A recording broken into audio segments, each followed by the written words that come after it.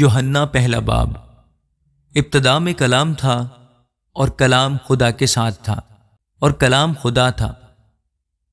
یہی ابتدا میں خدا کے ساتھ تھا۔ سب چیزیں اس کے وسیلہ سے پیدا ہوئیں، اور جو کچھ پیدا ہوا ہے اس میں سے کوئی چیز بھی اس کے بغیر پیدا نہیں ہوئی۔ اس میں زندگی تھی اور وہ زندگی آدمیوں کا نور تھی، اور نور تاریکی میں چمکتا ہے اور تاریکی نے اسے قبول نہ کیا۔ ایک آدمی یوحنا نامہ موجود ہوا جو خدا کی طرف سے بھیجا گیا تھا۔ یہ گواہی کے لیے آیا کہ نور کی گواہی دے تاکہ سب اس کے وسیلہ سے ایمان پائیں۔ وہ خود تو نور نہ تھا مگر نور کی گواہی دینے کو آیا تھا، حقیقی نور جو ہر ایک آدمی کو روشن کرتا ہے۔ دنیا میں آنے کو تھا، وہ دنیا میں تھا اور دنیا اس کے وسیلہ سے پیدا ہوئی اور دنیا نے اسے نہ پہچانا۔ وہ اپنے گھر میں آیا اور اس کے اپنوں نے اسے قبول نہ کیا، لیکن جتنوں نے اسے قبول کیا اس نے انہیں خدا کے فرزند بننے کا حق بخشا، یعنی انہیں جو اس کے نام پر ایمان لاتے ہیں۔ وہ نہ خون سے، نہ جسم کی خواہش سے، نہ انسان کے ارادہ سے، بلکہ خدا سے پیدا ہوئے، اور کلام مجسم ہوا اور فضل اور سچائی سے معمور ہو کر ہمارے درمیان رہا، اور ہم نے اس کا ایسا جلال دیکھا جیسا باپ کے اکلوتے کا جلال۔ یوحنا نے اس کی بابت گواہی دی اور پکار کر کہا ہے کہ یہ وہی ہے جس کا میں نے ذکر کیا کہ جو میرے بعد آتا ہے وہ مجھ سے مقدم ٹھہرا، کیونکہ وہ مجھ سے پہلے تھا۔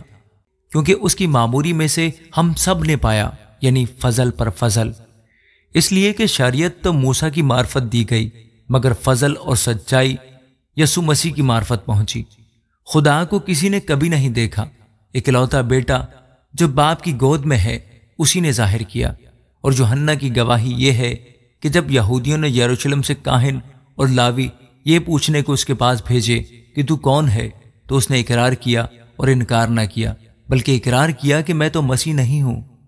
انہوں نے اس سے پوچھا پھر کون ہے؟ کیا تو ایلیا ہے؟ اس نے کہا میں نہیں ہوں۔ کیا تو وہ نبی ہے؟ اس نے جواب دیا کہ نہیں۔ پھر انہوں نے اس سے کہا پھر تو ہے کون، تاکہ ہم اپنے بھیجنے والوں کو جواب دیں۔ تو اپنے حق میں کیا کہتا ہے؟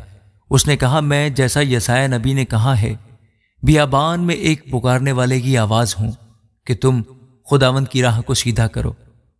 یہ فریسیوں کی طرف سے بھیجے گئے تھے۔ انہوں نے اس پر یہ سوال کیا کہ اگر تو نہ مسیح ہے، نہ ایلیا، نہ وہ نبی، تو پھر بپتسمہ کیوں دیتا ہے؟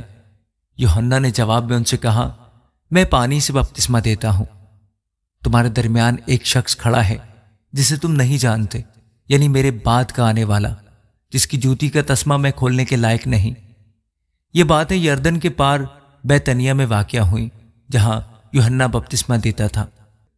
دوسرے دن اس نے یسوع کو اپنی طرف آتے دیکھ کر کہا دیکھو یہ خدا کا برہ ہے جو دنیا کا گناہ اٹھا لے جاتا ہے۔ یہ وہی ہے جس کی بابت میں نے کہا تھا کہ ایک شخص میرے بعد آتا ہے جو مجھ سے مقدم ٹھہرا ہے، کیونکہ وہ مجھ سے پہلے تھا، اور میں تو اسے پہچانتا نہ تھا، مگر اس لیے پانی سے بپتسمہ دیتا ہوا آیا کہ وہ اسرائیل پر ظاہر ہو جائے۔